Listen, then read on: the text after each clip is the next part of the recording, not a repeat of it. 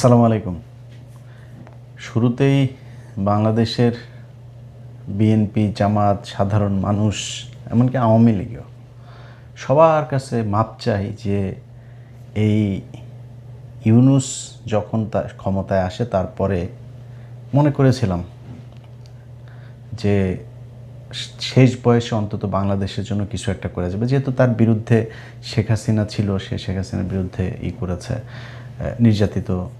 সে কারণে আমি মনে করেছিলাম যে অন্তত এই মানুষটা করবে। তো এবং এবং যেটা সত্যি কথা যে ভারতের ব্যাপারে তার নেগেটিভ যতটুকু ছিল, পজিটিভ ছিল না। নেগেটিভের ব্যাপারে অনেক কোশ্চেন আছে। আগের সরকারের চাইতে বেশি পরিমাণে ইলিশ পাঠানো, সে আদানির সেই চুক্তি রাখা, তারপরে ভারতের কাছ থেকে তেল, পেঁয়াজ টেয়াজ, এই হাবিজাবি চাল টাল যা যা আছে, আলু যা যা আছে, এগুলো সব কিছু কন্টিনিউ করা, তাদের ট্রানজিট কন্টিনিউ রাখা, তাদেরকে বন্দর ব্যবহার করতে দেওয়া, তারপরে গ্রামীণ যেটা ফোন যেটা, সেইখানেও ইউনূস সেই ইন্ডিয়ান লোকজনই রেখে গিয়েছে, কোনো সমস্যা হয়নি। ও একদম নোখ থেকে মাথা পর্যন্ত ওকে যারা যারা চেনে, এরকম বেশ কয়েকজনের সাথে কথা হয়েছে, প্রচণ্ড স্বার্থপর একটা মানুষ। ওর সাথে স্কুলে পড়াশোনা করতো এরকম একজনও বলেছে ভয়ঙ্কর স্বার্থপর একটা মানুষ।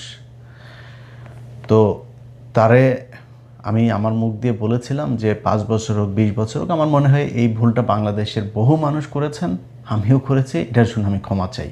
যে ও 5 বছর থাকুক, 20 বছর, যতদিন মনে চাই ইউনূস থাকুক, এই কথা বলেছিলাম। এটার জন্য আপনাদের কাছে মাপ চাই। মানুষ হিসাবে ভুল করেছি, ভুলটার জন্য মাপ চাই।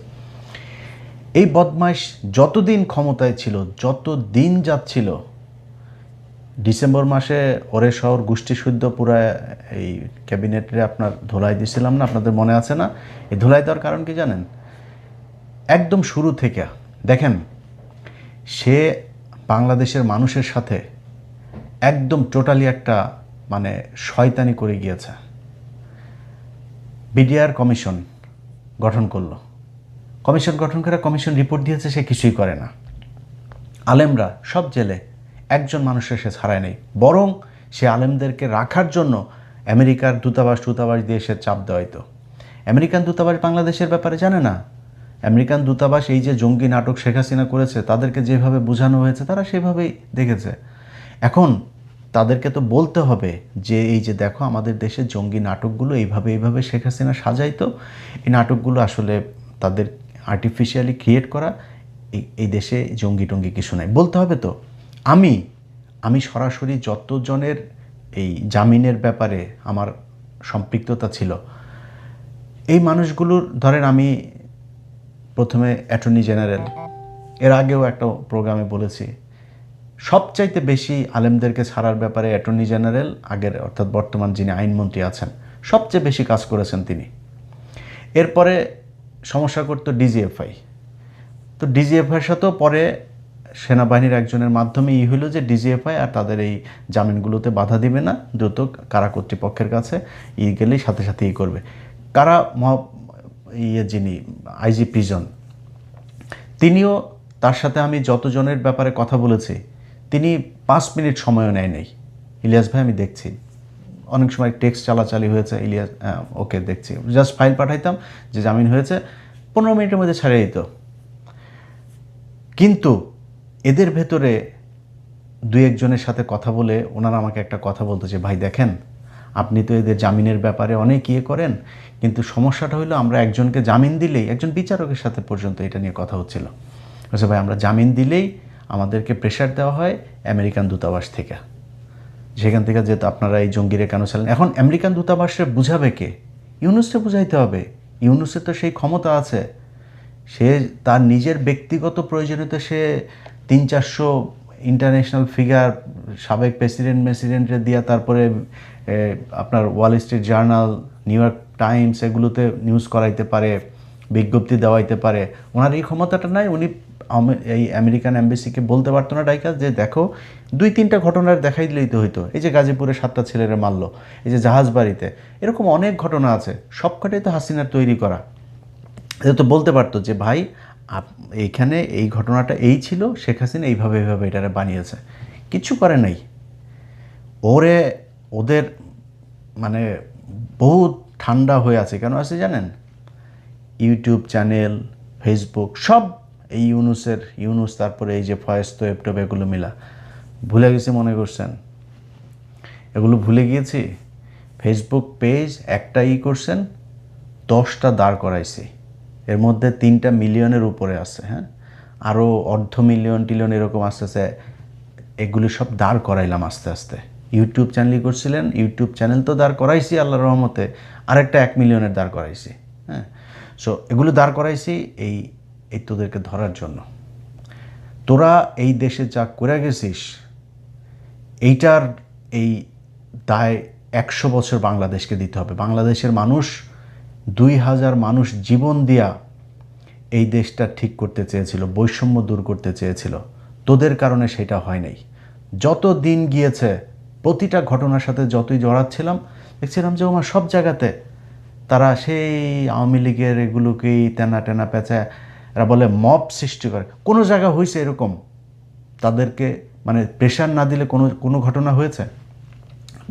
সুপ্রিম কোর্টের বিচারপতি বলেন, তারপরে জজ বলেন, তারপরে আরও যেই সব জায়গাতে পুলিশের ঊর্ধ্বতন কর্মকর্তা থেকে শুরু করে সচিবালয়, প্রতিটা জায়গায় ওনাদের গিয়ে আন্দোলন করতে হয়, এরপর ওনারা সরায়।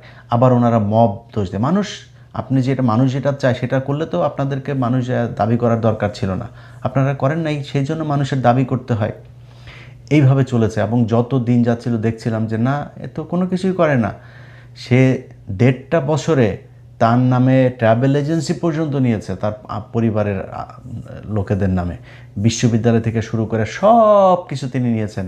খালি জুলাই সনদটা তিনি বাস্তবায়ন করতে পারেন। এখন সব দোষ বিএনপি। আর একটা বিএনপি একটা রাজনৈতিক দল, বিএনপির জুলাই সনদ করে তারপরে বলবে যে 10 বছরের বেশি প্রধানমন্ত্রী থাকতে পারবে। এটা বিএনপি করবে? নিজের গলায় কেউ কুড়াল মারে? এটা হয় কখনো? তারা করেনি। তুই করিস নাই কেন? তোরে সেই ম্যান্ডেট দেওয়া হয়েছিল, তো তুই চাইলে পরের দিন গণভোট করতে পারতি, গণভোট করে তুই চুপ করে সরাইতে পারতি, তোরা চুপ করে সরাস নাই। এখন বিএনপি সরাবে কেন? তোরা তো এটা কন্টিনিউ করে গেছিস 1.5 বছর। তোদের চাইতে বরং আমরা তো বিএনপির নিয়ে অনেক সমালোচনা করি না, তোদের চাইতে বিএনপি অনেক বেশি করেছে। তোরা আওয়ামী লীগের কার্যক্রম নিষিদ্ধ করে গেছিস, সেইটাও চাপে পড়ে। ছাত্রলীগকে নিষিদ্ধ করতে হবে, সেইটাও চাপে পড়ে। মাহমুদুর রহমান ভাই গেল, গিয়া চাপ দিল, চাপ দেওয়ার পরে তারপরে তুই আলটিমেটাম দেওয়ার পরে তোরা আগে করতে পারিস নাই? করে নাই। বিএনপি আইসা আওয়ামী লীগের কার্যক্রম নিষিদ্ধ এটা আইনে পরিণত করলো, তোরা করতে পারিস নাই? করিস নাই কেন? জুলাই সনদ তোরা করে যাস নাই? 1.5 বছর লাগে জুলাই সনদ বাস্তবায়ন করতে, তোরা করিস নাই? তোদেরকে না করছে কেউ? তোরা সংবিধানও করতে পারতি, তোরা সবই করতে পারতি, কিচ্ছু না।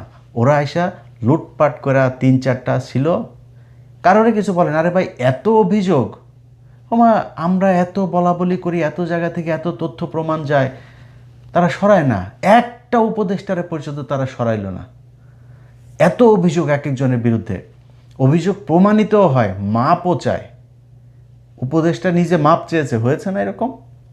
নিজে মাপ চেয়েছে, আমার এটা ভুল হয়েছে, আমি এটা করা ঠিক হয়নি, তারপরে তার বিরুদ্ধে কোনো অ্যাকশন নাই।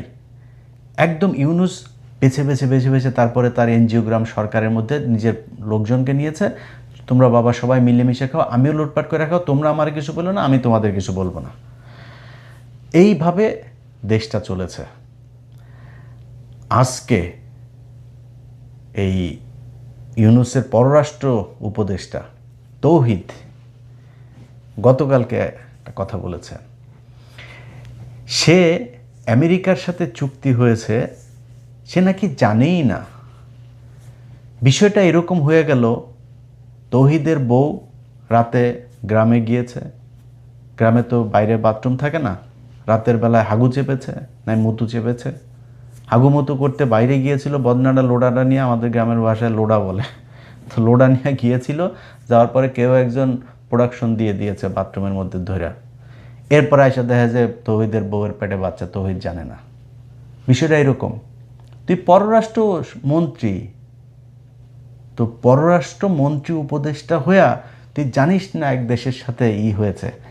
আরেকটা আছে জাউরা, আসিফ নজরুল, ও কয়দিন আগে একটা বলেছে না, সে কিছুই জানে, সে বিচারকদের ব্যাপারে কিছু জানে, সে একজনের জামিনের ব্যাপারেও কিছুই জানে, তাকে নাকি তারা এখন কিছুই জানে না, তারা খালি নিজেদের নিচে দিয়ে খালি জিনিসপত্র ঢুকানোটা বুঝছে, এই ছাড়া কিছু জানে না। 4-5টা ছিল, এই যে রেজওয়ানা, এই আসিফ নজরুল, তৌহিদ, আর কয়েকটা মিলা ইউনুস মিনুস, এদের কয়টা বান্ধবী টান্ধবী মিলা দেশটারে লুটপাট করে দিয়ে গিয়েছে। এই জন্য মানুষ জীবন দিয়েছিল। এই যে সুযোগ এই বাংলাদেশের ইতিহাসে আজ পর্যন্ত, এক শেখ মুজিব ছিল, শেখ মুজিবরে মানুষ এই সুযোগটা দিয়েছিল, ওই জাউরামি করে দেওয়ার, ধ্বংস করে দিয়ে গেছে। আর সেকেন্ডটা তোরা পাইছিল, এর মাঝখানে আর এত সুযোগ, এত ক্ষমতা কোনো সরকারের হাতে আসে নাই, কোনো রাজনৈতিক দল কথাই বলতে পারে নাই।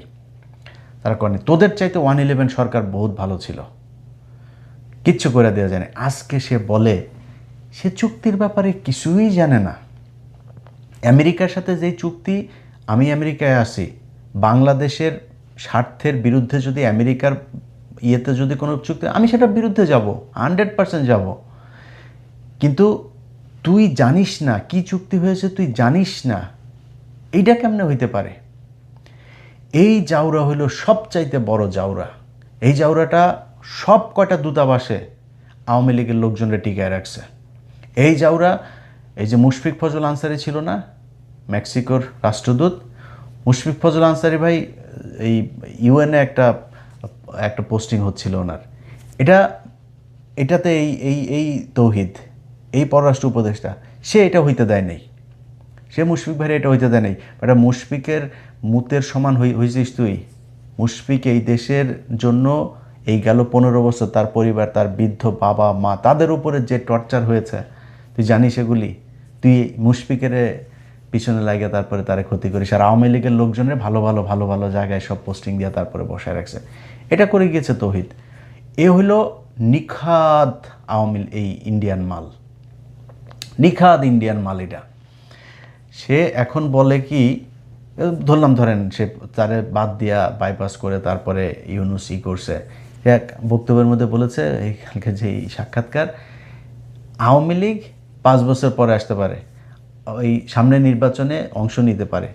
তুই আওয়ামী লীগরে কিছু করে গেছিস? আওয়ামী লীগ ইয়েতে আসবে না, নির্বাচনে আসবে না, তুই করছিস কিছু যদি করে থাকে তাহলে এখন বিএনপি করবে, জামাত করবে, তারা করবে, তুই কিছু করে গেছিস? তো আওয়ামী লীগের ব্যাপারে তুই আন্দাজে এখন এটা বলার কারণ কি? এরকম না তুই আওয়ামী লীগের ব্যাপারে বিশাল আকারের জিরো টলারেন্স দেখাই গেছিস, এখন যারা আসে তারা হচ্ছে গিয়ে আওয়ামী লীগকে আনতে চায়। বিষয়টা তো এরকম না। এই হচ্ছে এদের অবস্থা। তো এই যে কয়টা আছে এই ইউনুসের সরকারে যেগুলো ছিল, আজকে হামের টিকায় মানুষ মারা যায়, এরা বলে কিছুই জানে না। ইউনুস এই মাদারি চীনের এই প্রেসিডেন্টকে আপনার চিঠি লিখিয়েছে কেন? কয়লা খনিতে চীনে মানুষ মারা গিয়েছে। তোর বাপের কিরে? চীনের কয়লা খনিতে মানুষ মারা গেছে, বাংলাদেশে হামেজে এই পর্যন্ত 1000 মানুষ বাচ্চা মারা গেছে। গায়ে লাগে না তোর? তুই তো সারা জীবন তোর বউ বাচ্চা পোলাপান সব নিয়ে থাকিস হইল দেশের বাইরে। তো সারা দুনিয়ায় তোর তুই যেই মানে বিলাসবহুল জীবনযাপন, বাংলাদেশের মানুষের টাকা পয়সা মাইরা, ও যেই আমি চুয়াডাঙ্গার প্রত্যন্ত গ্রামে বড় হয়েছে, আমি নিজে দেখেছি আমার ছোটোবেলায় মহিলারা, সম্ভবত আমার যতটুকু মনে আছে রোববার, সম্ভবত আমাদের গ্রামে আমরা ক্যারাম বোর্ড খেলতাম, এক বাড়ি শাহ আলম মোল্লা, ওনার বাড়িতে এই টাকাগুলো তুলতো। মানে ওনার বাড়িতে এই প্রতি রোববারে সব গ্রামের মহিলারা ওইখানে আসতো। এই গ্রামীণ ব্যাংকের লোক যাইতো, একজন ম্যানেজার, সে যায় টাকা সব নিয়ে আসতো। কোনো পুরুষকে উনি দিত না, লোন দিত না, মহিলাদের আসতে হবে। পুরুষ ওই লোন শোধ করে কিন্তু পুরুষকে লোন দিবে না, মহিলাদেরকে ওনার বাইরে আনতে হবে। এটা হইল গিয়ে ওনার মূল টার্গেট ছিল। এরপরে এটার নাম নাকি মহিলাদের ক্ষমতায়ন, এটার নাম মহিলাদের ক্ষমতায়ন। তো ক্ষমতায়ন করবি, লোন নিয়ে যদি না নিতে পারে তো ওরা মাফ করবি না একটু? গরু ছাগল ঘরের টিন পর্যন্ত খুলে নিয়ে যেত। এই হইল গিয়ে ওনার। এগুলো ভাই থুতু উপরে ছিটাইলে নিজের গায়ে লাগে। বিশ্বাস করেন, মনে করেছিলাম যে শালায় বোধহয় মানুষ হয়েছে, শেষ বয়সে আইসা বোধহয় তারপরে একটু হবে, ঠিক হবে। ঠিক হয় নাই। ওর এই দেশের প্রতি জীবনে কোনোদিন কোনো কিছু করেন। আপনি শেখ হাসিনার আমল বাদ দেন, ইউনুস তো বিশাল প্রভাবশালী, আন্তর্জাতিকভাবে সে বিশাল, তার পরিচিতি ব্যাপক। সে চাইলে বাংলাদেশের জন্য কিছু করতে পারতো না? এই বাংলাদেশে আজ পর্যন্ত সে কোনো দেশ থেকে কোনো একটা অনুদান, কোনো বড় একটা ব্রিজ, কোনো কিচ্ছু করেছে এখন পর্যন্ত? জীবনেও করে নাই। এদের সবার বিচার হওয়া দরকার। এই যে হামের টিকার গাফলতির কারণে যেই বাচ্চাগুলো মারা গেল, একটা সন্তান পৃথিবীতে যেন কোনো বাবা মাকে যেন তার সন্তানের লাশ যেন ঘাড়ে না দেয়। মানে আল্লাহ আমাকে তো সন্তান দিয়েছে, যে সন্তানের জন্য কতটুকু খারাপ লাগে পৃথিবীর, আমি নিজেও ভীষণ খারাপ একজন স্বামী হইতে পারি, ভীষণ খারাপ একজন মানুষ হইতে পারি, ভীষণ খারাপ সন্তান হইতে পারি, কিন্তু পৃথিবীর কোনো বাবা খারাপ বাবা হইতে পারে না। পৃথিবীর প্রতিটা সন্তানের জন্য তার বাবা মা শ্রেষ্ঠ বাবা মানুষ, তাদের জন্য সর্বোচ্চ, তাদের যতটুকু ক্ষমতা আছে তার সর্বোচ্চ চেষ্টা করার। সেই মানুষগুলোর কোলে যখন এই ছোট ছোট বাচ্চাগুলো এই কান্নাগুলি দেখিস না তুই, বিএনপিকে বলবো, ভাই দেখেন, এটার বিচার করেন, এটার তদন্ত করেন, কার গাফলতির কারণে এতগুলো মানুষ প্রতিদিন, আমি একটা অবাক হয়ে দেখছি, প্রতিটা দিন 5 জন 7 জন 10 জন 15 জন মারা যাচ্ছে। এটা কোনো আলাপ নাই। কিসের বলে ওই ইয়ে কি বলে রাগ করলা, এটা নিয়ে নাচানাচি করে। আরে বেটা, এটা বিশাল ব্যাপার, প্রায় 1000 মানুষ বাচ্চা মারা গেল, কোনো আলাপ নাই। এটার জন্য এরা দায়ী, এই ইউনূসের সরকার দায়ী, এদের বিচার হওয়া উচিত। তোদের জন্য এখন হাসিনা বলার সুযোগ পায় যে সে বাংলাদেশে এসে বিচারের মুখোমুখি হবে। তোরা এটারে এত ইজি করে দিয়ে গেছিস পরিস্থিতিটারে। বাংলাদেশের মানুষ হাসিনারে কেমনে খেদাইছে এটা বাংলাদেশের মানুষ জানে। সামনে ওরকম পরিস্থিতি হইলে হাসিনারে কই দেশে যাইতে, হাসিনারে না, আওয়ামী লীগের সিনিয়র নেতাগুলিরই যাইতে বল দেখি। বাংলাদেশের মানুষ জানে সেটারে কেমনে ট্রিটমেন্ট দেওয়া লাগবে। সো সেটার জন্য বাংলাদেশের মানুষ প্রস্তুত আছে। তোদের মতো চোর বাটপার স্যাচ্চোর এগুলোর চিন্তা করা লাগবে না যে সামনের বার আওয়ামী লীগ ক্ষমতায় আসবে নাকি আওয়ামী লীগ নির্বাচনে অংশ নিবে না কি করবে। তোদের মতো চোর বাটপার দরকার নাই।